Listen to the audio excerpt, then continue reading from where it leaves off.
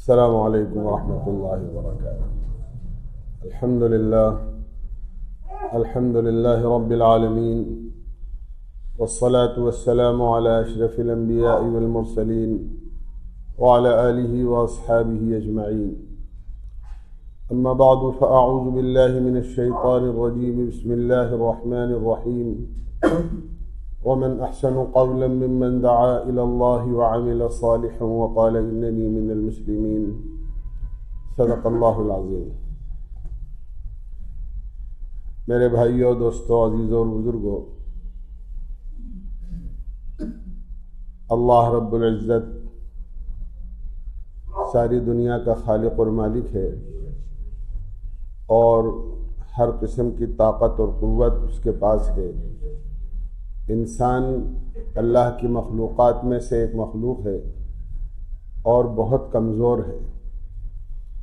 قرآن کریم میں اللہ تعالیٰ نے فرمایا ہے، خلق الانسان ضعیفا، ہم نے انسان کو بہت کمزور بنایا ہے۔ آگے دیکھتا ہے تو پیچھے کا نہیں دیکھ سکتا، دائیں دیکھتا ہے تو بائیں نہیں دیکھ سکتا۔ اسی طرح اس کے سننے کی مقدار بھی اور محدود ہے کہ ایک حد ہے، وہاں تک کہ سن سکتا ہے، اس سے آگے کی سنے گا تو مشین کے ذریعے سے سنے گا، کانوں میں اتنی طاقت نہیں ہے کہ وہ زیادہ دور کی سن لے۔ اسی طرح اس کی آواز ہے، وہ بھی ایک حد درجے تک جا سکتی ہے، اس سے آگے نہیں جا سکتی۔ اس کی سوچ بھی محدود ہے، ہر چیز اس کی محدود ہے۔ یہ بہت اعتبار سے بہت کمزور ہے، انسان محتاج بھی ہے۔ اس کو قدم قدم پر حاجتیں ہیں، ضرورتیں ہیں، اور اس کی خواہشات ہیں جن کو پورا کرنے کی اس کو ضرورت پیش آتی ہے، اور کچھ اختیارات بھی اللہ نے اس کو دیے ہیں۔ جیسے حضرت علی رضی اللہ عنہ نے ایک صاحب کے جواب میں ان کو بتایا تھا، انسان کتنا محتاج ہے اور کتنا اس کو اختیار ہے۔ تو حضرت علی رضی اللہ عنہ نے فرمایا کہ ایک پیر اٹھانے میں تو اس کو اختیار ہے، اور اس پیر کو اوپر ہی رکھتے ہوئے دوسرا پیر اٹھانے میں یہ محتاج ہے کہ ایک آدمی ایک پیر اٹھانے کے بعد دوسرا پیر بھی اٹھانا چاہے تو نہیں اٹھا سکتا۔ اگر دوسرا اٹھائے گا تو پہلے والے کو نیچے رکھنا ہوگا۔ تو کچھ اختیارات ہیں اور کچھ محتاجگی ہے۔ اختیارات کے بارے میں تو اللہ کی طرف سے یہ ہدایت ہے کہ انسان اپنے اختیارات کو اللہ کی فرما برداری میں استعمال کرے۔ جن چیزوں کے کرنے کا اس کو اختیار دیا ہے کہ یہ چاہے تو کرے، یہ چاہے تو نہ کرے، تو وہ کام کرے جس سے اللہ راضی ہوتا ہے۔ جیسے دیکھنے کا اختیار ہے، تو اس میں بندے کا امتحان ہے کہ یہ صحیح چیز دیکھتا ہے یا غلط چیز دیکھتا ہے۔ سننے کا اختیار ہے، تو اس کو سننے کا اختیار دے کر اللہ نے امتحان بھی لیا ہے کہ یہ صحیح چیز سنتا ہے یا غلط سنتا ہے۔ پیروں کو چلنے کا اختیار دیا ہے، تو یہ صحیح جگہ چل کر جاتا ہے یا غلط جگہ چل کر جاتا ہے۔ یہ امتحان ہے۔ اسی لیے قرآن کریم میں اللہ تعالیٰ نے فرمایا ہے، الذی خلق الموت والحیات لیبلوکم ایکم احسن عملا۔ موت و زندگی اور اس کے درمیان کا جو وقفہ ہے، وہ اس لیے ہیں تاکہ اللہ تعالیٰ اس بات کو جانے اور امتحان لے کہ تم میں اچھا عمل کرنے والا کون ہے جو اچھا عمل کرتا ہے اور اللہ کو راضی کرتا ہے۔ اس لیے کہ ان ہاتھ پیروں سے اچھے اعمال بھی صادر ہوتے ہیں اور برے اعمال بھی صادر ہوتے ہیں۔ آدمی نے کسی غلط چیز کو دیکھ لیا تو گناہ ہو گیا، اور اچھی چیز کو دیکھ لیا تو ثواب مل گیا۔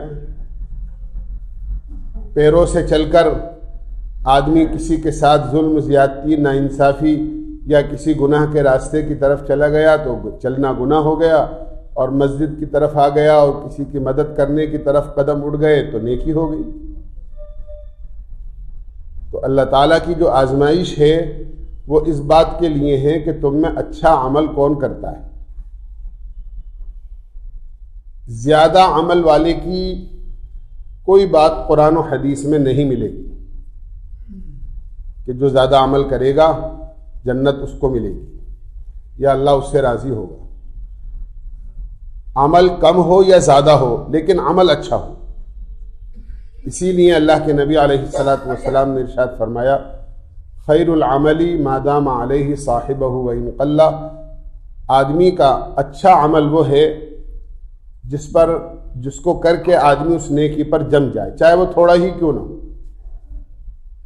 اس لیے کہ اللہ کے ہاں اگر قبول ہو گیا تو تھوڑا بھی بہت ہے، اور اگر اللہ نے قبول نہیں کیا تو بہت بھی کچھ نہیں ہے۔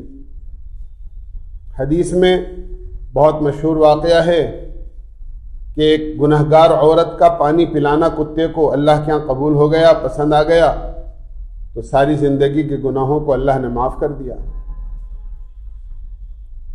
اور بڑے بڑے عبادت گزار شہید ہو کر اور سخی ہو کر اور سارا مال خرچ کر کے اگر اللہ کے ہاں قبول نہیں ہوا تو جہنم میں چلے گئے۔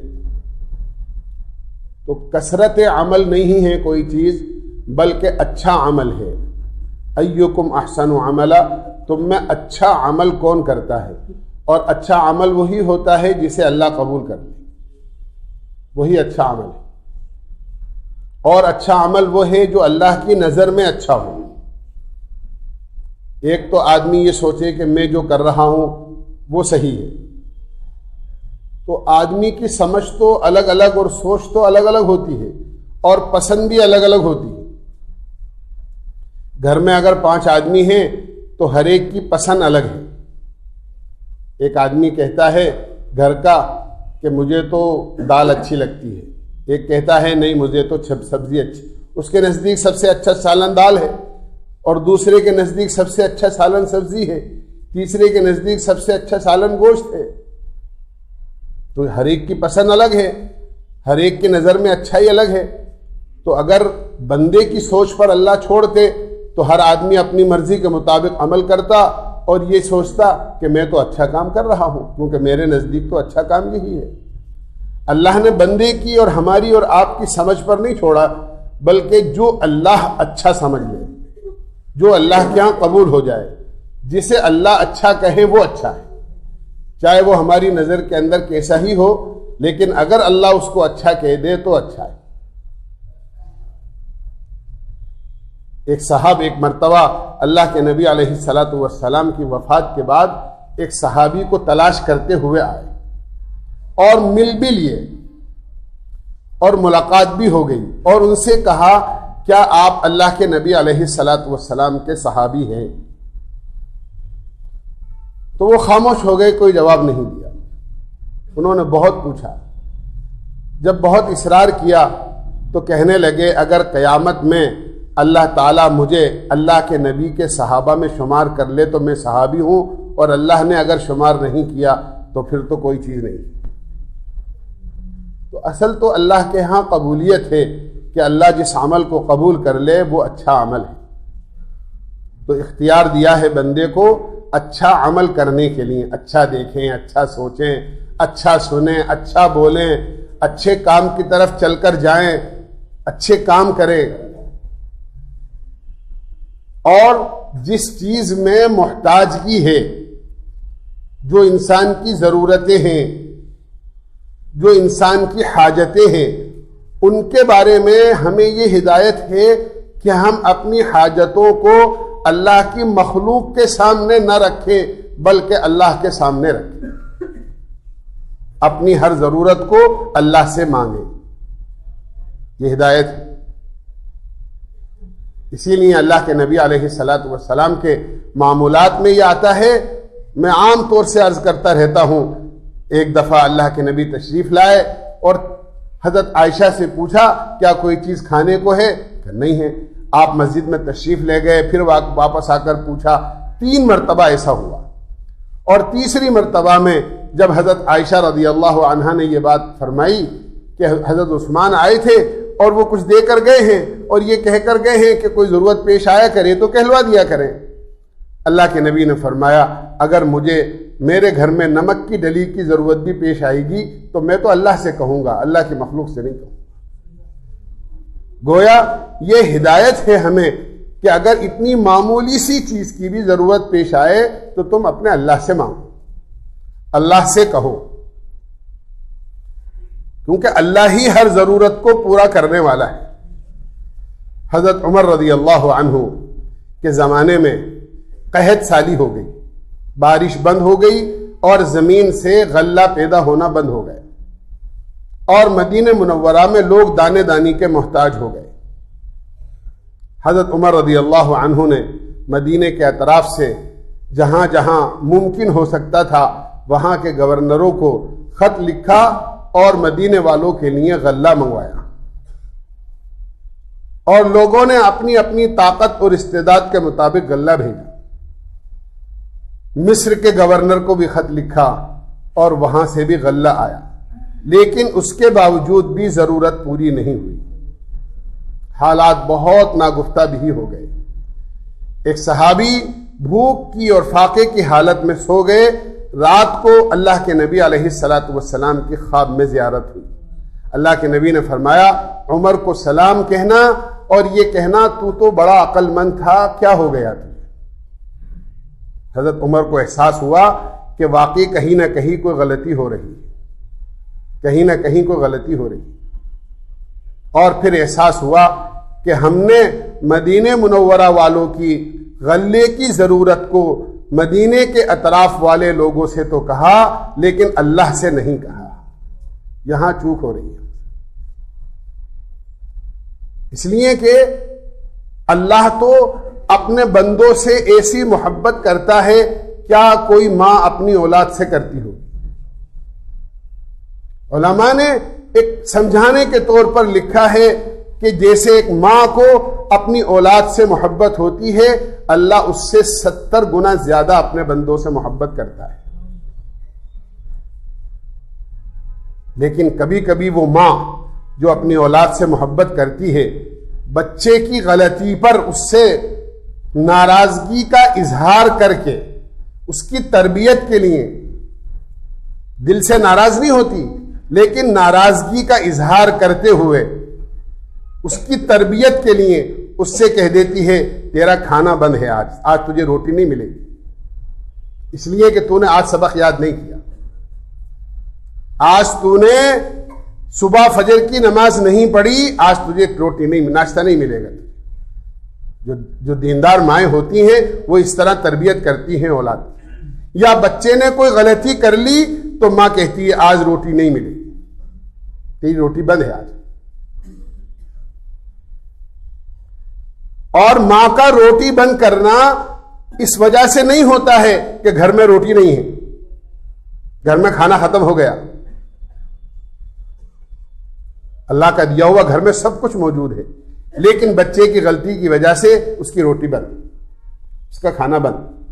اب بچہ معافی مانگ لیتا ہے اماں سے، اپنے باپ سے کہ مجھ سے غلطی ہو گئی ہے، آئندہ ایسی غلطی نہیں کروں گا۔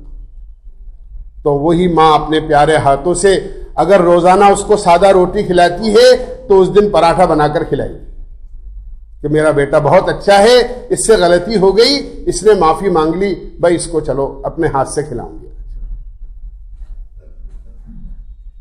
تو گھر میں اگر بچے کی روٹی بند ہوتی ہے تو اس کا مطلب یہ نہیں ہے کہ بھئی گھر میں سب کچھ ختم ہو گیا، کھانے پینے کا سب کچھ موجود ہے۔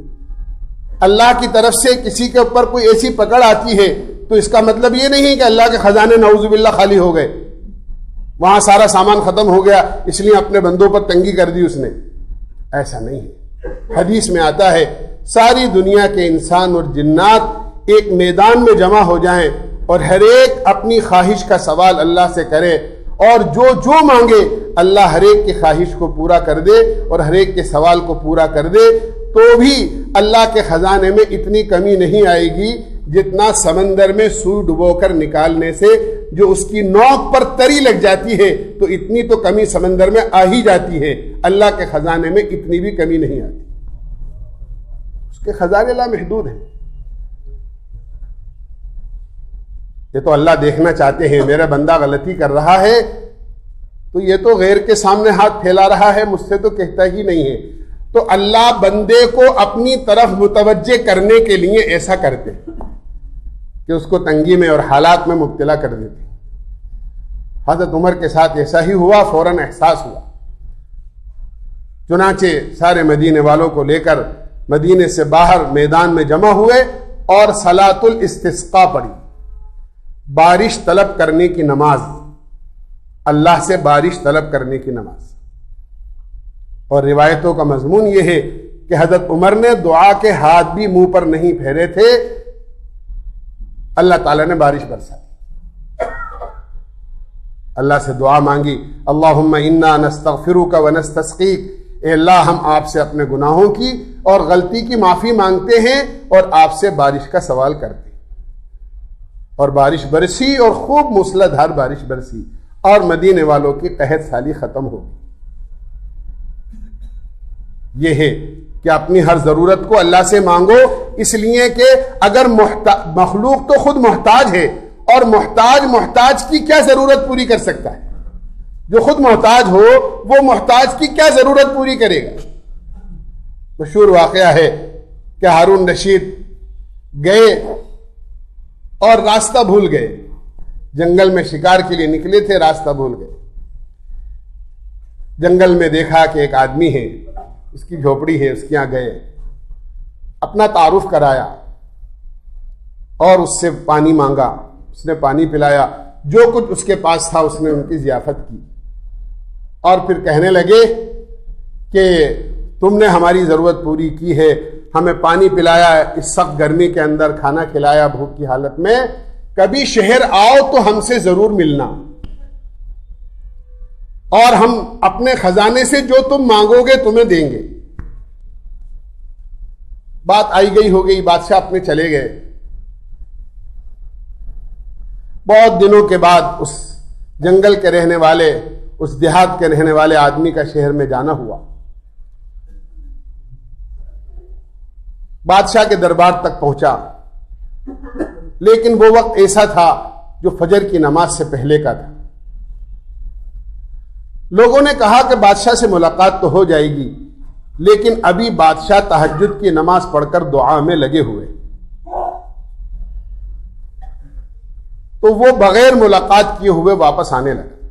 لوگوں نے کہا تھوڑی دیر ٹھہر جاؤ, بادشاہ ابھی دعا مانگ رہے ہیں اور اللہ سے مانگنے پر لگے ہوئے.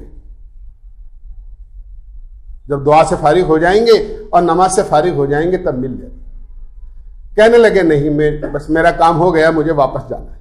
لوگوں نے پوچھا بھی اتنے دور سے آئے ہو اور ملنے کے لیے دربار تک پہنچ گئے اور پھر واپس جا رہے ہو. کہنے لگے کہ اس منگتے سے کیا مانگوں, جو خود مانگ رہا ہے یہ تو خود منگتا ہے, اس منگتے سے, اور یہ منگتا مجھے کیا دے گا؟ اور پھر اگر مانگنا ہی ہے تو جس سے یہ مانگ رہا ہے میں بھی اسی سے مانگ لوں گا, میں بھی اسی سے مانگ لوں گا. تو حقیقت یہ ہے کہ آدمی اللہ سے مانگے اپنی ہر ضرورت کو. اسی لیے جناب رسول اللہ صلی اللہ علیہ وسلم کی حیات طیبہ میں, آپ کی مبارک زندگی میں آپ سے بہت دعائیں منقول ہیں, بہت دعائیں. کتابیں کی کتابیں حدیث کی اللہ کے نبی کی دعاؤں سے بھری ہوئی ہے کہ آپ اتنی دعائیں اللہ سے مانگتے تھے, صبح اٹھنے سے لے کر حتیٰ کہ آپ یہ دیکھیں گے کہ اگر آدمی صبح اٹھ رہا ہے تو اٹھ کر کیا پڑھنا ہے, بستر سے آنکھ کھلتے ہی کیا پڑھنا ہے. پھر اسی طرح آدمی اس سے آگے اپنی ضرورت پوری کرنے کے لیے استنجا جاتا ہے تو بیت الخلاء میں داخل ہونے سے پہلے کی دعا ہے اور بیت الخلاء سے نکلنے کے بعد کی دعا ہے. وضو میں ہر عضو کو دھونے کی مستقل الگ دعا ہے کہ ہاتھ دھو تو یہ پڑھو, اور کلی کرو تو یہ پڑھو, اور ناک میں پانی ڈالو تو یہ پڑھو, اور چہرہ دھو تو یہ پڑھو, اور سر کا مسح کرو تو یہ پڑھو, اور پیر دھو تو یہ پڑھو. مسجد میں داخل ہو تو یہ پڑھو اور مسجد سے نکلو تو یہ دعا پڑھو. اپنے گھر سے نکلو تو یہ دعا پڑھو, گھر میں داخل ہو تو یہ دعا پڑھو. کھانا کھانے سے پہلے یہ پڑھو, کھانا کھا چکو تو یہ پڑھو. اپنے گھر پر کھا رہے ہو تو یہ پڑھو, اور جب کسی کے گھر مہمان جاؤ تو یہ پڑھو. ہر چیز کی دعا آپ کو حدیث میں ملے گی. اور اتنی دعاؤں کا حدیث کے اندر نقل کیا جانا یہ اس بات کی طرف اشارہ ہے اور اس بات کی علامت ہے کہ اللہ کے نبی نے, جو کہ اللہ کے محبوب تھے, اور جتنا اللہ نے اپنے خزانے خاص سے اپنے نبی کو دیا تھا, نہ کسی نبی کو, نہ کسی ولی کو, اور نہ کسی مقرب سے مقرب فرشتے کو کچھ دیا. اتنا دیا تھا اپنے نبی کو. اس کے باوجود اللہ کے نبی اللہ سے اتنا مانگتے تھے, تو ہمیں اللہ سے کتنا مانگنا چاہیے؟ ہمیں اللہ سے کتنا مانگنا چاہیے؟ اسی لیے ہمیں ہدایت ہے کہ اگر کوئی ضرورت پیش آ جائے تو وسیلہ اختیار کرو, سبب اختیار کرو. اس لیے کہ دنیا دار الاسباب ہے. بھائی پیاس لگے تو پانی پیو, اور بھوک لگے تو کھانا کھاؤ, اور اگر بیمار ہو جاؤ تو دوا لو. لیکن ان ساری ضرورتوں کو پورا کرنے سے پہلے اپنے اللہ سے بھی کہو, پہلے اللہ کی طرف متوجہ ہو. اسی لیے کھانے کا لقمہ توڑنے سے پہلے کی دعا ہے کہ اس کھانے سے کچھ نہیں ہوگا, پہلے اللہ کو یاد کرو, اس لیے کہ پیٹ تمہارا اللہ بھرے. اور جو کچھ کھانا تم نے کھایا ہے, تم سوچ رہے ہو میری بھوک دور ہو گئی اور مجھے اس سے صحت ملے گی, اللہ کو یاد کرو کھانا کھانے کے بعد. خدا نہ خواستہ اگر اس کا نظام ذرا سا گردش میں آ گیا اور اس نے اپنا فیصلے کو بدل دیا, تو یہی کھانا جو تمہارے پیٹ میں گیا ہے صحت بننے کے بدہضمی پیدا کر دے, اور ہو جاتا ہے. ہر چیز کی پہلے کی اور ہر چیز کے بعد کی دعا کا بتایا جانا حدیث میں صرف اسی وجہ سے ہے کہ یہ ان چیزوں سے کچھ نہیں ہوتا ہے, کرنے والی ذات اللہ کی ہے. اس لیے اپنی ہر ضرورت اللہ سے کہو. دعاؤں کا اہتمام, اور پھر دعاؤں کے اہتمام میں آدمی کو اللہ سے بدگمان نہیں ہونا چاہیے. بدگمانی کا مطلب یہ ہے ایک آدمی اللہ سے دعا مانگ رہا ہے اور اس کا کوئی اثر ظاہر نہیں ہو رہا, تو آدمی یہ سوچنے لگتا ہے کہ میں تو اللہ سے بہت مانگتا ہوں, اللہ تو میری سنتا ہی نہیں ہے. حدیث میں آتا ہے انا عند ظن عبدی بھی, میں تو اپنے بندے کے گمان کے موافق اس فیصلہ اور معاملہ کرتا ہوں. اگر بندہ یہ گمان کرتا ہے کہ اللہ میری دعا قبول کرتا ہے تو میں یقیناً اس کی دعا قبول کرتا ہوں, اور بندہ یہ گمان کرنے لگتا ہے کہ اللہ میری سنتا ہی نہیں ہے تو میں بھی پھر اس کی سننا چھوڑ دیتا ہوں. اس لیے کہ اللہ ہی سے بدگمان ہو گیا آدمی, جو دینے والا ہے اسی کی طرف سے بدگمانی پیدا ہو گئی کہ وہ تو میری سنتا ہی نہیں ہے, تو اللہ بھی پھر اس کی سننا چھوڑ دے گا. اس لیے بدگمانی نہیں ہونا چاہیے, یقین ہونا چاہیے اللہ میری دعا کو ضرور قبول کرے. ہاں اتنی بات ضرور ہے کہ اللہ کی مصلحت کے مطابق, یہ اللہ جانتا ہے اس کی حکمت اور اس کی مصلحت, کبھی وہ دعا جلدی قبول ہو جاتی ہے اور کبھی وہ دعا کچھ دیر کے بعد قبول ہوتی ہے. بعض نبیوں کی دعائیں بھی, نبیوں کی دعائیں 40 سال کے بعد قبول ہوئی. 40 سال کا عرصہ گزر گیا, ایک دعا کو مانگتے چلے آئے ہیں اور 40 سال کے بعد میں اس دعا کا اثر ظاہر ہو. اور ہم تو یہ چاہتے ہیں کہ ابھی دعا مانگی اور ہماری ہر ضرورت ابھی پوری ہو جائے. ذرا اس کے مقابلے میں ہم یہ بھی سوچ لیں, کیا کوئی اللہ کا حکم بھی ہم اسی طرح پورا کرتے ہیں کہ ادھر اللہ کا حکم ہوا اور ادھر پورا کر لیا ہم؟ اللہ کا حکم بھی اگر ہم پورا کرتے ہیں تو پہلے اس کو اپنی طبیعت پر پیش کرتے ہیں. اگر طبیعت اجازت دیتی ہے, آسانی ہوتی ہے تو کر لیتے ہیں, اور اگر تھوڑا مشکل مسئلہ ہوتا ہے اور طبیعت میں ناگواری ہوتی ہے تو چھوڑ دیتے ہیں. حالانکہ اللہ کا حکم جلدی پورا کرنا چاہیے. جس طرح ہم اللہ سے یہ امید رکھتے ہیں کہ ہم جو کہیں اللہ ہماری ضرورت کو فوری طور پر پورا کر دے اور ہماری فوری طور پر سن لے, تو ہمیں بھی تو یہ سوچنا چاہیے کہ اللہ بھی تو ہمیں کسی چیز کا حکم دیتا ہے کہ تم یہ کام کرو، تو کیا ہم اس کے حکم کو بھی اسی طرح پورا کرتے ہیں؟ جب ہم اللہ کی بات ماننے میں دیر لگا رہے ہیں تو پھر ہم کیوں امید رکھتے ہیں کہ اللہ ہماری جلدی مان لے؟ اللہ کا معاملہ یہ ہے کہ جب بندہ اللہ کی مانتا رہتا ہے اور مانتا رہتا ہے، اور پھر اللہ دیکھ لیتے ہیں کہ یہ بندہ تو میری ہی مانتا ہے اور مجھ ہی سے مانگتا ہے، یہ تو میرے علاوہ کسی کے سامنے ہاتھ پھیلاتا ہی نہیں ہے، تو پھر اللہ کہتے ہیں جب یہ کسی کے سامنے ہاتھ پھیلاتا ہی نہیں ہے تو اس کو میں نہیں دوں گا تو کون دے گا؟ پھر اللہ اس کی ہر ضرورت کو یقیناً پوری کر دے۔ اللہ ہمیں سمجھنے کی اور عمل کی توفیق نصیب فرمائے۔ وآخر دعوانا